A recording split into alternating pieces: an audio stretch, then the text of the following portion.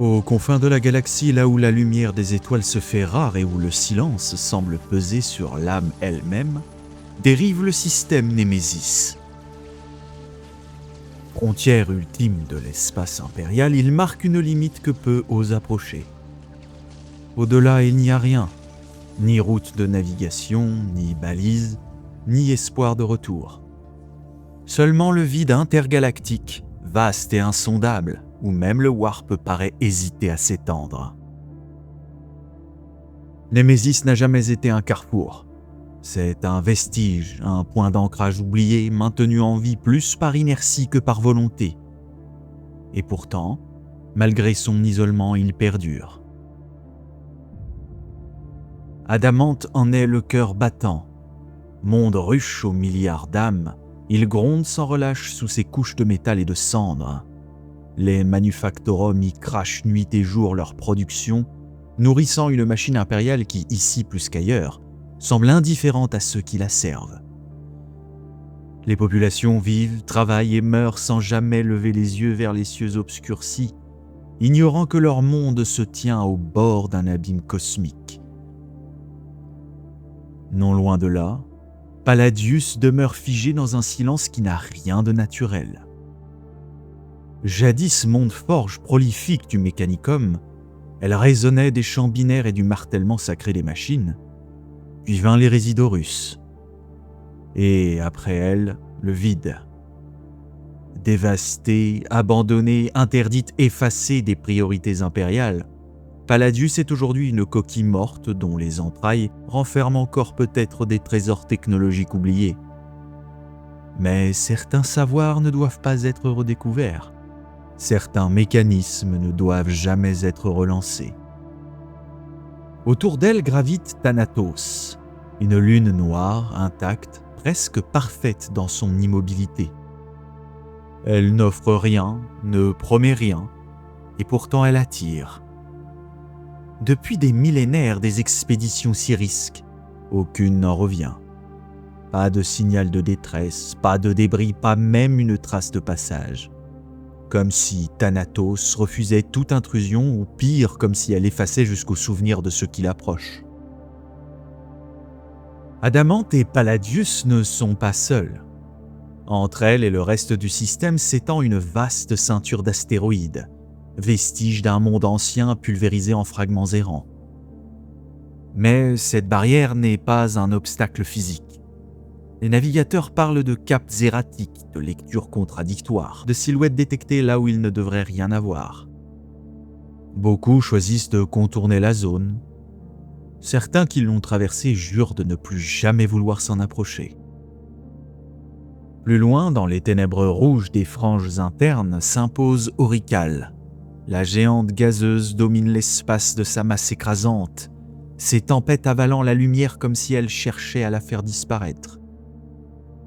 Monde sans surface, sans repos, sans espoir d'atterrissage, elle marque une transition. Au-delà, Némésis cesse d'être un système pour devenir une frontière. Et enfin, là où même les cartes stellaires hésitent, dérive Némésis Extremis, un planétoïde, qu'il soit naturel ou artificiel ou autre chose. Sa trajectoire n'obéit à aucune logique stable. Il apparaît, disparaît, glisse entre les relevés au spex comme une ombre consciente.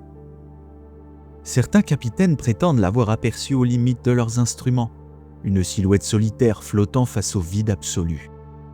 Aucun n'a pu s'en approcher, aucun n'a pu le suivre. C'est là que s'arrête Némésis.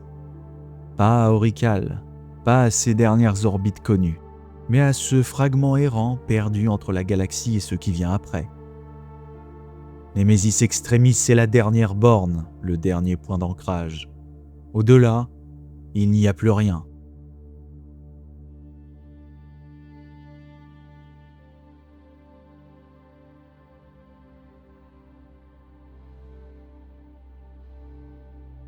Le système Némésis n'avait jamais été un bastion. Trop éloigné, trop isolé, trop insignifiant aux yeux de la plupart des hautes sphères de l'Imperium. Il survivait en marge, suspendu entre l'oubli administratif et une nécessité que personne ne prenait la peine de questionner. Mais dans l'Imperium, l'isolement n'est jamais une protection, c'est plutôt une sorte d'invitation tacite. Les premiers signes furent ignorés. Des perturbations dans le warp attribuées au contre-coup persistant de la Cicatrix Maledictum, des silences inhabituels dans les transmissions longue portée, des routes de navigation devenues incertaines, rien qui ne sorte vraiment de l'ordinaire dans une galaxie déjà à l'agonie. Puis les absences commencèrent, des convois qui n'arrivaient jamais, des patrouilles qui cessaient de répondre, des stations relais retrouvées intactes mais désertes, leurs équipages disparus sans lutte apparente. Le système Némésis déjà isolé commençait à se refermer sur lui-même. Et au cœur de cette lente asphyxie, une vérité que peu connaissaient. Une flotte impériale faisait route vers Némésis, endommagée et dispersée mais encore fonctionnelle.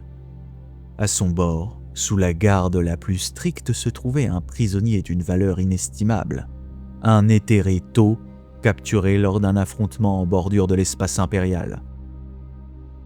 Sa présence n'était consignée dans aucun registre accessible.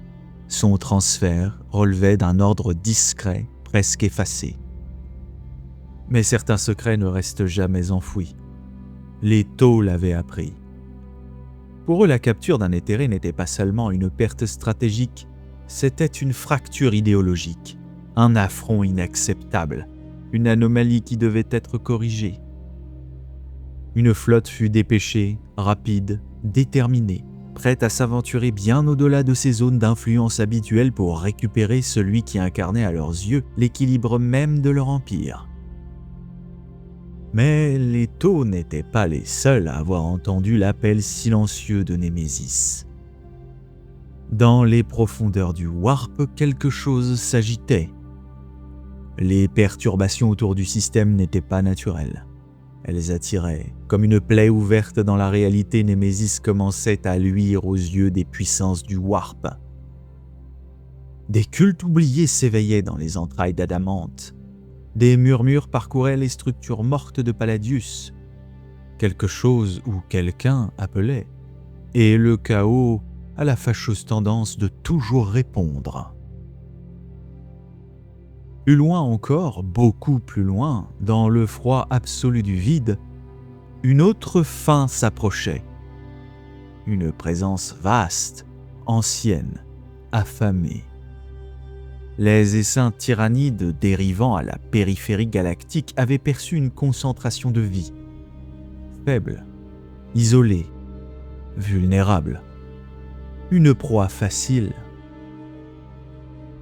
Les premières vrilles de la flotte ruche s'étendaient déjà vers Némésis, silencieuses et inévitables. Et dans les ombres les plus anciennes, sous les couches oubliées du réel, quelque chose s'éveillait. Les structures de Palladius n'étaient pas toutes mortes. Certaines n'avaient jamais cessé de fonctionner. Lentement, patiemment, attendant un moment précis, les anomalies détectées dans le système, les disparitions, les silences, tout cela n'était peut-être pas le fruit du hasard. Les nécrons et d'autres prédateurs commençaient à s'éveiller. Ainsi, en l'espace de quelques cycles seulement, le système Némésis devint un point de convergence rare. Un monde ruche surpeuplé, un monde forge oublié, une lune qui engloutit ceux qui l'approchent, une ceinture d'astéroïdes hantée de signaux impossibles, une géante rouge aux tempêtes dévorantes, et aux confins, une frontière que même les lois de la réalité semblent éviter. Dans cette galaxie, rien n'est jamais simple, vous le savez. Et lorsque tant de forces convergent vers un même point, ce n'est jamais par hasard. La guerre ne viendra pas, elle est déjà en route. Et dans le système Némésis, certains commencent à comprendre que ce conflit dépasse de loin la simple récupération d'un prisonnier secret. La flotte impériale en approche lente et prudente n'est plus seulement une force en transit. C'est devenu une sorte de point d'attraction. Ces vaisseaux portent les stigmates de combats récents, leurs coques noircies, leurs systèmes affaiblis, mais ce qu'ils transportent est intact, protégé, isolé, enfermés dans des chambres scellées que même leurs propres officiers n'osent approcher. Certains membres d'équipage ont commencé à faire des rêves. D'autres évoquent des pensées qui ne leur appartiennent pas, des ordres murmurés sans voix, des certitudes nouvelles, dangereuses. La discipline se fissure lentement, inexorablement, et la flotte continue son approche de Némésis. Sur Adamante, les premières émeutes ont éclaté dans les niveaux inférieurs. Rien d'inhabituel en soi, mais leur nature, elle, ne trompe pas. Des symboles inconnus apparaissent sur les murs. Des ouvriers se regroupent sans raison apparente. Ils parlent d'un appel, d'une vérité cachée. Certains disparaissent dans les profondeurs des ruches, là où même les forces de l'Arbitesse hésitent à s'aventurer. Les cultes se forment toujours ainsi, dans le secret, dans les ombres, lentement et en silence. Puis ils explosent. Sur Palladius, le silence change de nature. Ce n'est plus une absence de bruit, c'est une attente. Des signaux anciens recommencent à circuler dans ces structures endormies. Des machines s'éveillent sans ordre. Des portes scellées depuis 10 000 ans s'ouvrent à nouveau, et dans les profondeurs métalliques du monde forge, quelque chose reprend conscience. Quelque chose qui n'est pas humain. Thanatos, elle, ne change pas. Et c'est peut-être ça le pire. Car malgré l'agitation croissante qui gagne le système, la Lune demeure parfaitement immobile, parfaitement silencieuse. Comme si tout ce qui s'approche de Némésis n'avait aucune importance à ses yeux. Comme si elle attendait autre chose, quelque chose de plus précis. Et pourtant, pour la première fois depuis des millénaires, Thanatos n'est plus totalement seul. Non loin de là, des signatures massives ont été détectées en orbite lointaine. Des vaisseaux compacts lourdement blindés aux silhouettes anguleuses et fonctionnelles, les Kin, les Ligues de Votan. Leur présence ici défie toute logique impériale. Trop loin du cœur galactique, trop loin de leur route habituelle, trop loin de tout. Et pourtant ils sont là. Depuis des générations, certains noyaux de données Votan fragmentés mentionnaient des coordonnées incomplètes, des relevés anciens, presque corrompus, évoquant une concentration anormale de ressources dans une région aux limites de la galaxie. Une promesse enfouie dans les archives dont même leurs ancêtres ne comprenaient plus totalement l'origine. Perdus au cœur d'une distorsion warp, ils furent projetés loin jusqu'aux limites de la galaxie. Là, ils trouvèrent Némésis, comme une promesse, et son champ d'astéroïdes débordant de richesses minérales encore inexploitées. En ce qui concerne Thanatos, les premières tentatives de scan ont révélé des structures profondes, d'une densité et d'une composition inconnues, trop régulières pour être naturelles, trop anciennes pour être datées. Quelque chose reposait sous la surface intacte de la Lune, quelque chose que les Kin ne considèrent pas encore comme une prospection qui en vaille la peine. Mais l'arrivée d'une autre menace pourrait bien changer la donne.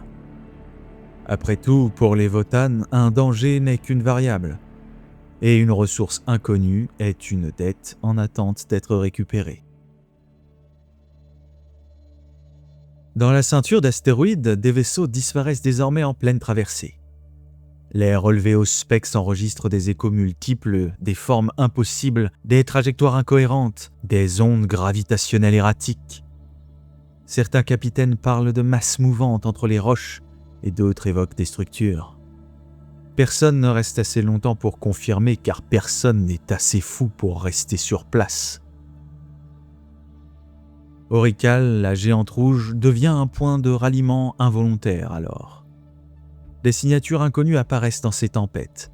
Des flottes émergent brièvement puis replongent dans ces profondeurs comme si elles cherchaient à se dissimuler. La frontière intérieure du système n'est plus une zone de passage, c'est devenu un seuil à franchir. Et au-delà, Némésis Extremis dérive toujours. Mais quelque chose a changé. Ces apparitions sont plus fréquentes, plus longues, plus durables.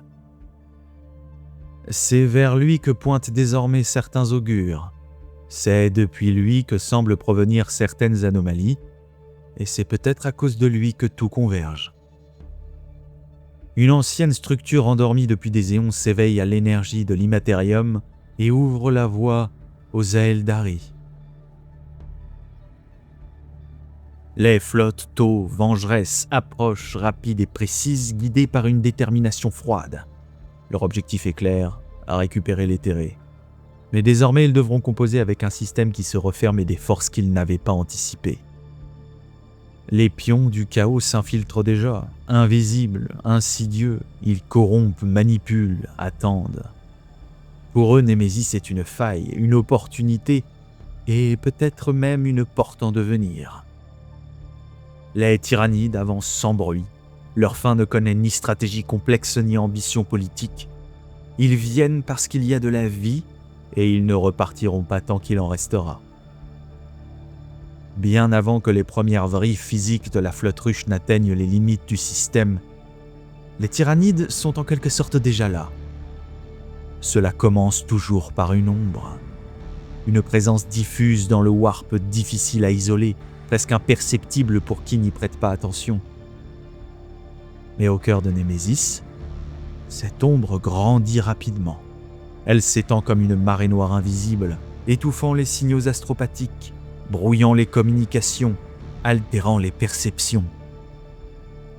Les astropathes d'Adamante parlent de silence et de cris et de hurlements, de griffes et de crocs qui grattent au seuil de la conscience.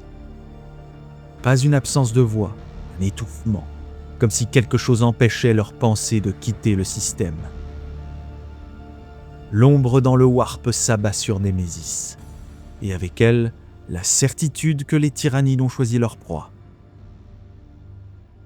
Les premières bioformes ne sont pas des armées, ce sont des précurseurs, des organismes d'infiltration disséminés à la périphérie du système, dérivant dans le vide, accrochés à des débris, à des carcasses de vaisseaux abandonnés. Certains atteignent la ceinture d'astéroïdes. Là, ils disparaissent des auspex. Mais ils ne meurent pas. Comme toujours, ils s'adaptent. Ils attendent. Sur Adamante, les niveaux inférieurs deviennent le théâtre de phénomènes inexpliqués. Des créatures informes aperçues dans les conduits, des masses organiques se développant dans les zones abandonnées, trop petites pour alerter les autorités, trop discrètes pour être éradiquées à temps. Les tyrannides ne frappent jamais instantanément, ils apprennent. Chaque forme de vie, chaque écosystème et chaque résistance est analysée, disséquée, compris, puis assimilée. Dans l'espace, les premières véritables signatures apparaissent. Aux confins, aux limites extrêmes du système, des vrilles de flottes ruches presque timides émergent de l'obscurité interstellaire. Elles ne foncent pas directement sur les mondes. Elles encerclent, elles testent les défenses, elles coupent les voies de fuite. Némésis est sur le point d'être isolée autant physiquement que psychiquement. Mais ce qui inquiète le plus les stratèges impériaux, ce n'est pas la présence tyrannide en elle-même, c'est leur comportement. Ils n'attaquent pas, ils convergent comme les autres. De minuscules biovaisseaux ont été observés dérivant à proximité de Thanatos sans tenter d'y descendre. D'autres se maintiennent à très grande distance de Palladius, comme si quelque chose sous la surface perturbait leurs instincts habituels. Et plus troublant encore, plusieurs rapports évoquent de larges mouvements de contournement de Némésis Extremis, comme si même l'esprit ruche hésitait, ou réfléchissait, ou était spectateur de la grande convergence. Les flottes tyrannides qui approchent de Némésis n'est pas un essaim uni. Elles semblent fragmentées, issues de différentes lignées, peut-être même de différentes flottes ruches. Les tyrannides eux-mêmes semblent connaître une convergence anormale, une accumulation.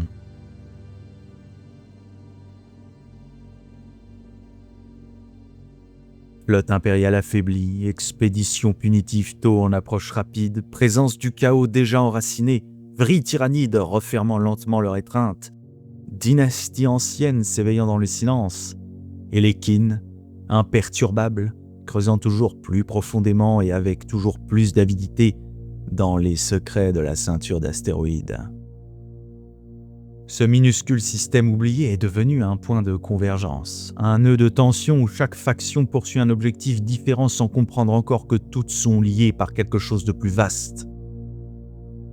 Les transmissions sont de plus en plus rares, fragmentées, incomplètes. Les derniers rapports font état de combats sporadiques aux abords de la ceinture d'astéroïdes, d'anomalies croissantes autour de Palladius et d'une activité impossible à cartographier près de Nemesis Extremis. Quelque chose approche de son point de rupture. Les autorités impériales ont classé le système sous surveillance prioritaire, mais aucune flotte de renfort significative ne sera déployée. D'ailleurs, il n'est même pas dit qu'aucun renfort parvienne un jour à Nemesis. Peut-être par manque de ressources, peut-être par prudence, ou peut-être parce que certains au plus haut niveau savent déjà que ce qui se joue à Nemesis dépasse leurs moyens. Une chose est certaine, le prochain rapport sur le système Nemesis ne saurait tarder, et lorsqu'il arrivera, je ne décrirai plus une situation, je vous annoncerai le début de la fin.